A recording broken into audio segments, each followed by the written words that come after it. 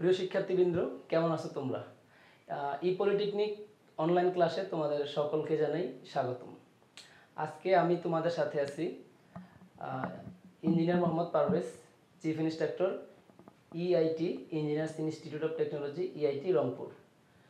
আজকে তোমাদের সাথে আমি সারাক্ষণ ক্লাসে আছি, যতক্ষণ কথা বলবো সিভিল টেকনোলজির সেকেন্ড সেমিস্টার একটি সাবজেক্ট নিয়ে কথা বলবো, যার সাবজেক্টের নাম হচ্ছে civil engineering materials, subject code 6642। তো আমরা দেখে নিই, আমাদের বোর্ডে আমরা আমাদের কিছু অপশন আজকে সাজিয়েছি, যেগুলো আমরা কথা বলবো। এর মধ্যে প্রথমে লেখা আছে সিভিল ইঞ্জিনিয়ারিং মেটেরিয়ালসের সংজ্ঞা। তার আগে একটু বলি সিভিল ইঞ্জিনিয়ারিংটা আসলে কি, সিভিল ইঞ্জিনিয়ারিং মেটেরিয়ালসের সংজ্ঞা কি। তিনটা জিনিস এখানে, সিভিল ইঞ্জিনিয়ারিং মেটেরিয়ালস, আর ওই মেটেরিয়ালসগুলোকে আমাদের সংজ্ঞায়িত করতে হবে বা চিহ্নিত করতে সহজ হবে। একজন প্রকৌশলী হিসেবে আমাদের যদি মেটেরিয়ালস সম্পর্কে আমরা ধারণা না থাকে, পূর্ণাঙ্গ ধারণা যদি আমার না থাকে, আমি কিন্তু ফিল্ড সেক্টরে বা কনস্ট্রাকশন সেক্টরে কিন্তু আমি হাঁটতে পারবো না, বা আমি ভালো সার্ভিস দিতে পারবো না, ফিডব্যাক দিতে পারবো না। মেটেরিয়ালসের সংজ্ঞা যদি দিতে যাই, নট অনলি সিভিল কনস্ট্রাকশন বা সিভিল সেক্টর, আমাদের ইঞ্জিনিয়ারিং সেক্টরে যত কয়টা ডিপার্টমেন্ট আছে সব কয়টা ডিপার্টমেন্টের কিন্তু আলাদা আলাদা মেটেরিয়ালস আছে। এর মধ্যে সিভিল কনস্ট্রাকশন বেস করে বেশি মেটেরিয়ালস লাগে, ইট, সিমেন্ট, বালি, পাথর, gypsum, charcoal, wood, bamboo, palisading, others অনেক মেটেরিয়ালস আছে। তো আমরা যদি এক কথায় সহজে বলতে যাই, খুবই সহজে যদি বলি, নির্মাণ প্রকৌশলে কোনো স্থাপনা নির্মিত করতে বা নির্মাণ করতে প্রয়োজনীয় গুণ ও মানসম্মত, স্থায়িত্ব, দৃঢ়তা সম্পূর্ণ যে সমস্ত উপাদানগুলো ব্যবহার করা হয় সেগুলোকে আমরা নির্মাণ সামগ্রী বা সিভিল ইঞ্জিনিয়ারিং মেটেরিয়ালস বলে থাকি। খুবই সহজে সিম্পলভাবে যদি বলি, গোছায় একবারে এভাবেই বলা যাবে যে নির্মাণ প্রকৌশলে নির্মাণের জন্য গুণগত মান সম্পন্ন, স্থায়িত্বতা, দৃঢ়তা সম্পন্ন যে সমস্ত মেটেরিয়ালসগুলো আমরা ব্যবহার করি সেগুলো হচ্ছে সিভিল ইঞ্জিনিয়ারিং মেটেরিয়ালস। তো এইভাবে খুব শর্ট করে বলা যাবে। এরপরে আমরা কি ধরনের মেটেরিয়ালস তো জানলাম, সংজ্ঞা দিলাম, সংজ্ঞা বুঝলাম, কনস্ট্রাকশন সেক্টরে এই মেটেরিয়ালসগুলো ব্যবহার করা হয়। এর মধ্যে আমার এই মেটেরিয়ালস তো ইট তো বিভিন্ন ক্লাসের আছে, স্যান্ড বিভিন্ন ক্লাসের আছে, সিমেন্ট বিভিন্ন ক্লাসের আছে, বিভিন্ন কোম্পানির আছে। এর মধ্যে আমার কিছু ধর্মাবলী, কিছু বৈশিষ্ট্য যেগুলো জানতে হবে, না জানলে হবে না। সব প্রোডাক্টের বৈশিষ্ট্য এক না, বিভিন্ন ক্লাসের ইট আছে, আমরা জানি first class, second class, third class আছে। সিমেন্ট টাইপ আছে, বিভিন্ন টাইপ আছে, ওপিসি আছে, পিসিসি সিমেন্ট আছে, কুইক সেটিং সিমেন্ট আছে, কালার সিমেন্ট আছে। এগুলো আমাদের জানতে হবে কোন কাজের ক্ষেত্রে কোন সিমেন্টটা ব্যবহার করব। অথবা এদের ভৌত ধর্মগুলা, আসলে ভৌত ধর্ম কি বা রাসায়নিক ধর্ম কি, যান্ত্রিক ধর্ম কি, চুম্বকীয় ধর্ম কি, এগুলো যদি আমি না জানি আমি ব্যবহার করতে পারবো না। ধর্ম জানাটা দরকার কেন? ভৌত ধর্ম বা রাসায়নিক ধর্ম বা এর বৈশিষ্ট্য জানার কি দরকার? আমি আন্ডারগ্রাউন্ডের মাটির নিচে, জিএল এর নিচে যে কনস্ট্রাকশনের কাজ করব বা যে স্থাপনা করব, ওইখানে আমি যে পোর্শনে বা যে রেশিওতে আমি সিমেন্ট মিক্স করব অথবা যে স্ট্রেংথের আমি ইট বা ব্রিক ব্যবহার করব, আমি কিন্তু জিএল এর উপরে বা পিএল এর উপরে ওইভাবে ইট ব্যবহার করতে পারবো না।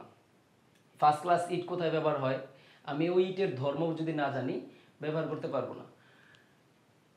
তো ভৌত ধর্ম, বোর্ডে ভৌত ধর্ম বলতে কি বুঝি? ভৌত ধর্ম বলতে যে কোনো সামগ্রীর আকার, আকৃতি, গুণগত মান, ঘনত্ব, বুনট, দৃঢ়তা, স্থায়িত্বতা বলতে আমরা ভৌত ধর্ম বলি। এইটা হচ্ছে ওই প্রোডাক্টের বা ওই সামগ্রীর ভৌত ধর্ম। আকার আকৃতি থাকবে, সচ্ছিদ্রতা থাকবে, ঘনত্ব থাকবে, বুনট থাকবে।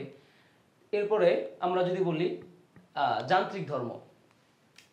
যান্ত্রিক ধর্ম বলতে কি? যান্ত্রিক ধর্ম বলতে আসলে যন্ত্র বা এরকম সম্পূর্ণ কিছু না যে যান্ত্রিক ধর্ম বলতেই সে যন্ত্র দিয়ে চলাফেরা করবে বা যান্ত্রিক হবে, না।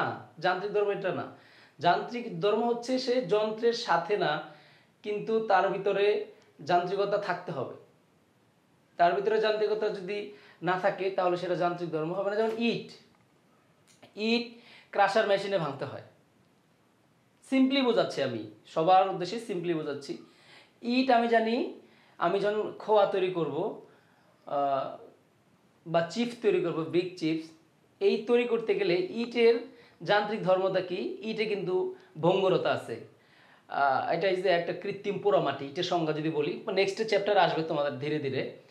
তো ইট ক্রাশার মেশিনে দিলাম, একটা যন্ত্রে দিলাম খোয়া হওয়ার জন্য, বা chip half half size, half inch size, 1/4 সাইজের মেশিনে দেওয়ার আগে আমার ব্রিক ভেঙে গেল, তাহলে এটা যান্ত্রিক ধর্ম হইল না।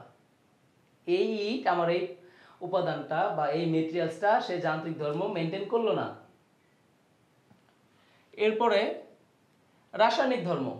রাসায়নিক ধর্ম হচ্ছে যে কোনো প্রোডাক্টের ক্ষারীয়তা, ক্ষার, অম্ল, রাসায়নিক গুণাগুণ থাকতে হবে। যেমন সিমেন্টের রাসায়নিক গুণাগুণ যদি না থাকে তাহলে সে জমাট বাঁধবে না, সেটিং হবে না, তার সেটিং টাইম আউট হয়ে যাবে। এরকম আরও আছে, ইটেরও রাসায়নিক উপাদান আছে, ইটের মাটির রাসায়নিক উপাদান আছে, জিপসামের পরিমাণ আছে, সিলিকার পরিমাণ আছে, ক্যালসিয়ামের পরিমাণ আছে, জৈব পদার্থের পরিমাণ আছে, যেটা ব্রিকে। তো এর মধ্যে যদি আমাদের রাসায়নিক গুণাগুণ না থাকে, ইটের মাটির উপাদানে রাসায়নিক গুণাগুণ না থাকে, তাহলে সেটা হবে না।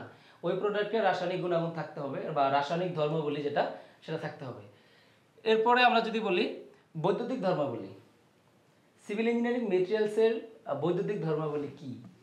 আসলে তোমাদের মানে প্রশ্ন আসতে পারে যে আমরা সিভিল ইঞ্জিনিয়ারিংয়ে আছি, সিভিল ইঞ্জিনিয়ারিংয়ে বৈদ্যুতিক জিনিসপত্র কোথেকে আসলো, এটা তো ইলেকট্রিক্যালের টার্ম না। ইলেকট্রিক্যাল টার্ম ওদের সাইটে, ওদেরটা ওরা বৃহৎ আকারে পড়বে, কিন্তু আমাদের এখানে আমরা যে মেটেরিয়ালসগুলো ইউজ করবো আমাদের কনস্ট্রাকশন সেক্টরে, এখানে কিছু বৈদ্যুতিক ধর্মাবলী আছে। সে ফর এক্সাম্পল, আমি জানি যে শুকনো ইট কুপরিবাহী, বিদ্যুৎ প্রবাহ করতে পারে না। আবার ভেজা ইট বিদ্যুৎ পরিবাহী।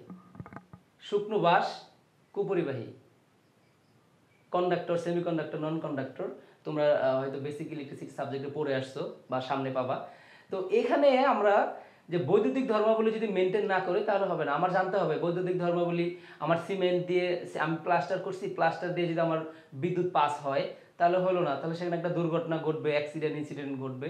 তো ওইটা আমাদের সিভিল ইঞ্জিনিয়ার হিসেবে মাথায় রাখতে হবে, বৈদ্যুতিক ধর্মাবলী আছে কিনা, বিদ্যুৎ সঞ্চালিত হতে পারে কিনা, বিদ্যুৎ সঞ্চালন হবে কিনা, বা বাধা প্রদান করবে কিনা, বিদ্যুৎ প্রবাহিত হইতে বাধা প্রদান করবে কিনা।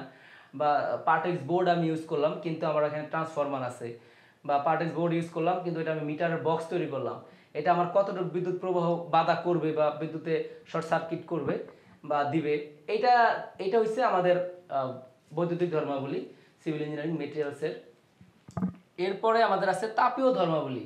তাপীয় ধর্মাবলী কি? তাপীয় ধর্মাবলী সুপ্ত তাপ, যে কোনো প্রোডাক্টের আমরা এমন এমন জিনিসপত্র ব্যবহার করি কনস্ট্রাকশন সেক্টরে, টেম্পারেচার হাই হয়, টেম্পারেচার লো হয়, টেম্পারেচার বেশি হয়। এইখানে আমাদের মাথায় রাখতে হবে যে কি টাইপের বোর্ড বা কি টাইপের প্লাস্টিক অথবা কি টাইপের পেইন্ট, ওয়ালে পেইন্ট করলে কি টাইপের প্লাস্টার, কতটুকু থিকনেস প্লাস্টারের থিকনেস দিলে, বা কতটুকু হাইটে আমি বিল্ডিং কনস্ট্রাকশন তৈরি করলে বা স্ল্যাব ঢালাই করলে আমার তাপমাত্রাটা মেনটেন হবে।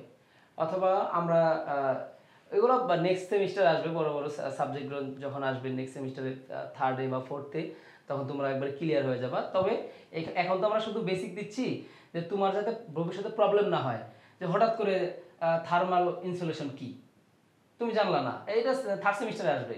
এই যে থার্মাল ইনসুলেশন, এই তাপমাত্রা রোধ করার জন্য একটা ব্যবহার করা হয়, থার্মাল ইনসুলেটিং দেওয়া হয়, আবার সিলিংয়ে দেওয়া হয়। তখন তুমি এটার সাথে পরিচিত থাকো যে আমি সেকেন্ড সেমিস্টার পড়ে আসছিলাম, তাপীয় ধর্মাবলী থাকতে হবে, তাপীয় ধর্মাবলী আমার এই প্রোডাক্টের থাকতে হবে। তুমি পেপার ইউজ করলা, পেপারে কিছু পেপার আছে খুব দ্রুত হট হয়ে যায়, গরম হয়ে যায়, টেম্পারেচার বেড়ে যায়, কিছু পেপার আছে তাপমাত্রা কমে যায়, কিছু পেপার আছে তাপমাত্রা নিয়ন্ত্রণে থাকে। আবার প্লাস্টার করলা, প্লাস্টারের যদি তুমি 3 মিলি দাও, 4 মিলি দাও, 8 মিলি দাও, বা এনসিএফ দাও, নিট সিমেন্ট ফিনিশিং, সেটা তুমি কতটুকু দিবা? তুমি কিচেনে কাজ করতেছো, কিচেনের তোমার প্লাস্টারের কাজ চলতেছে, কিচেনের তাপমাত্রা উৎপন্ন হবে, সেখানে তুমি প্লাস্টার করবা, তারপর এনসিএফ দিবা, এই এনসিএফ এর থিকনেসটা কতটুকু হবে, সেটা তাপমাত্রা মেনটেন করতে পারবে কিনা, সেজন্য তাপীয় ধর্মাবলী, আমাদের প্রোডাক্টের তাপীয় ধর্মাবলী জানতে হবে। এরপরে আমাদের আছে চুম্বকীয় ধর্মাবলী, ম্যাগনেটিজম। চুম্বকীয় ধর্মাবলী কি? চুম্বকীয় ধর্মাবলীর মধ্যে আমাদের স্টিল, আমি আলপিন বা বোর্ড, আমি যখন প্যালাসাইডিং এর কাজ করব বা শাটারিং এর কাজ করব, শাটারিং এর আবার বারবার বলতেছি, যখন আমি শাটারিং শোরিং এর কাজ করব বা প্যালাসাইডিং এর কাজ করব, তখন আমার মাথায় রাখতে হবে যে চুম্বকীয় ধর্মাবলী আমার এখান দিয়ে যদি কোনো বৈদ্যুতিক লাইন পাস হয়, বা আমার কোনো লেবার বা আমার কোনো সাইট ইঞ্জিনিয়ার বা ইঞ্জিনিয়ার বা আমি নিজেই, আমি 3 তলার উপরে কাজ করতেছি, 3rd ফ্লোরে বা 5th ফ্লোরে কাজ করতেছি, ওই মুহূর্তে আমার যে ম্যাগনেটিজম আছে, তাপমাত্রা তো পড়লাম এর আগে, ম্যাগনেটিজম বলতে যে চুম্বকীয় আকর্ষণ আছে কিনা, এই প্রোডাক্টের চুম্বকীয় আকর্ষণ যদি হয় তাহলে আমার ওইখানে ওই আরামদায়ক হবে না, ওই কক্ষটা আরামদায়ক হবে না, ওইখানে থাকা যাবে না, বা ওই প্রোডাক্ট ইউজ করা যাবে না। আমি আলপিন লাগাইলাম, কিন্তু আলপিনটা আমার সামনে কোনো ম্যাগনেট আছে, ম্যাগনেট থাকার কারণে আলপিন নষ্ট হয়ে যাবে বা আলপিন আকর্ষণ করবে, ওই সাউন্ডটা ঠিক হবে না। এরপরে আমরা আরেকটা টপিক দেখতে পাচ্ছি এখানে, স্ট্যান্ডার্ডাইজেশন, আদর্শীয়তা। এই যে আদর্শীয়তা কি বা স্ট্যান্ডার্ডাইজেশন কি, এটা নিয়ে একটু আমাদের বিবৃতি যদি আমি করি বৃহৎ আকারে একটু বলতে হবে। আসলে আমরা যা জানলাম, আমাদের সিভিল ইঞ্জিনিয়ারিং মেটেরিয়ালসের যে গুণাগুণ সম্পর্কে জানলাম, ভৌত ধর্ম জানলাম, রাসায়নিক ধর্ম জানলাম, তাপীয় ধর্ম জানলাম, যাই জানলাম, মেটেরিয়ালসের সংজ্ঞা জানলাম, এই সংজ্ঞাটা আমি কিভাবে, আমি আপনার কথা কেন বিলিভ করব? আমি একজন সিভিল ইঞ্জিনিয়ার, আমি মালামাল ক্রয় করতে গেছি, আমি কেন একজন দোকানদারের কথা আমি নিব এই সিমেন্ট, আমি কেন এই কোম্পানির ব্রিক নিব? তো এইটার মান, স্ট্যান্ডার্ড আদর্শ মান কে দিবে? আপনি চাইলে আপনি ইচ্ছা মতো ইট তৈরি করতে পারবেন, আপনি চাইলে ইচ্ছা মতো সিমেন্ট আপনি বানাতে পারবেন না। আপনি সিমেন্টের ফ্যাক্টরি দিতে পারেন, আপনি স্টিল তৈরি করতে পারেন, টিএমটি বার তৈরি করতে পারেন, কিন্তু এটার একটা আদর্শ মান বাংলাদেশের আছে। শুধু বাংলাদেশে না, কনস্ট্রাকশন সেক্টর সারা ওয়ার্ল্ডেই কনস্ট্রাকশন কাজ চলে, প্রত্যেকটা ওয়ার্ল্ডেই প্রত্যেকটা কান্ট্রিতেই তার নিজস্বভাবে গভর্নমেন্টলি অথরাইজ করা স্ট্যান্ডার্ড মান আছে। যদি আমি প্রথমে বলি, আমি এখানে লিখেছি, আমি সবার নিচে লিখেছি BSTI, Bangladesh standard testing institute.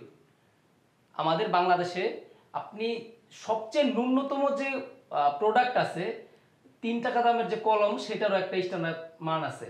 BSTI এর অনুমতি ছাড়া আমি এই প্রোডাক্টটা বাজারে সেল করতে পারি না আমাদের বাংলাদেশের মানুষের জন্য। এটা আমাদের বিএসটিআই আমাদের অনেক কিছু, আমাদের বাংলাদেশে যে উৎপাদিত সিমেন্ট, এটা বিএসটিআই এর অনুমোদিত। আমাদের বাংলাদেশে যে সিভিল কনস্ট্রাকশনের যে মেটেরিয়াল, সেটা বিএসটিআই এর অনুমোদিত। আমাদের বাংলাদেশে যে কনস্ট্রাকশন কাজ হয়, যে যন্ত্রপাতি টুলস ব্যবহার হয়, লেবাররা যে টুলস ব্যবহার করে, হ্যান্ড টুলস আছে, পাওয়ার টুলস আছে, সেগুলো আমাদের বিএসটিআই অনুমোদিত। আমি হেভি ওয়েট দিয়ে বাংলাদেশে আমি কনস্ট্রাকশন সেক্টরে কাজ করতে পারবো না যদি বিএসটিআই অনুমতি না থাকে।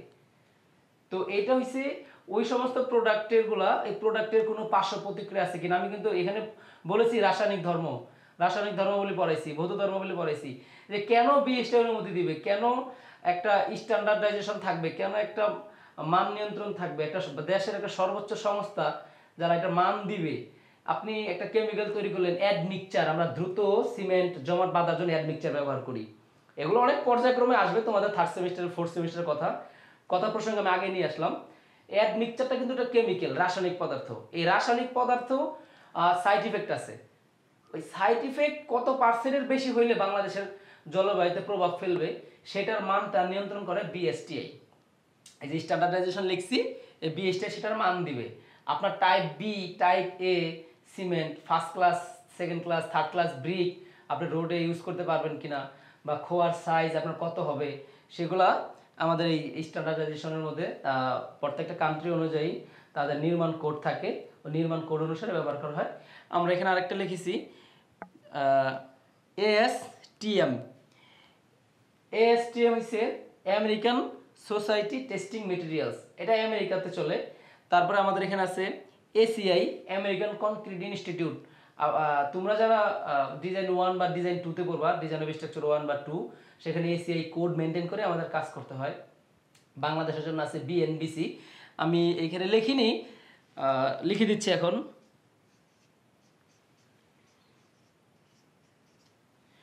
BNBC, Bangladesh national building code. ACI যেরকম ছিল আমেরিকান কনক্রিট ইনস্টিটিউট, এই এসিআই আমেরিকান কনক্রিট ইনস্টিটিউট, ওরা সর্বপ্রথম কনস্ট্রাকশন সেক্টরে কিছু ডিজাইন নিয়ে আসে বা কিছু মান তারা নিয়ে আসে, যে এর বাইরে আপনি বিল্ডিং করতে পারবেন না, এর ভিতরে আপনি করতে হবে। আপনার লোড এতটুকু আসছে, 1000 মেট্রিক টন লোড আসছে, আপনি বিল্ডিংয়ের ক্যাপাসিটি, তারপরে মাটির বিয়ারিং ক্যাপাসিটি, তারপরে আমার wind load, dead load, live load, এগুলো সব ক্যালকুলেশন করে এসিআই কিছু মান দিয়েছে, যেগুলো ধরে আমরা বাংলাদেশে ডিজাইন করা হয় বা বিভিন্ন কান্ট্রিতে ডিজাইন করা হয়। আর বাংলাদেশে একান্তগতভাবে একটা আছে BNBC, Bangladesh national building code, যেটা রাজুক রাজধানী উন্নয়ন কর্তৃপক্ষ বা বিভিন্ন জেলাতে আছে সিটি কর্পোরেশন, ওইখানে বিভিন্ন উপজেলায় আছে, কিছু কিছু উপজেলায় এরকম কোড মেনটেন করা থাকে ওই উপজেলা অনুসারে বা মাটির বেয়ারিং ক্যাপাসিটি অনুসারে, নদীর পাড়ে সাগর পাড়ে এরকম কিছু কোড দেওয়া থাকে।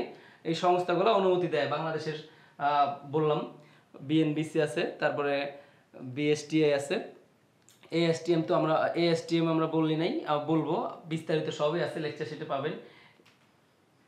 প্রিয় শিক্ষার্থীবৃন্দ, আজকের ক্লাসে আমরা যা যা শিখলাম, সিভিল ইঞ্জিনিয়ারিং মেটেরিয়ালসের বৈশিষ্ট্য শিখলাম, বৈশিষ্ট্য, তারপর সংজ্ঞা শিখলাম, ধর্মাবলী শিখলাম, তারপর স্ট্যান্ডার্ডাইজেশন শিখলাম।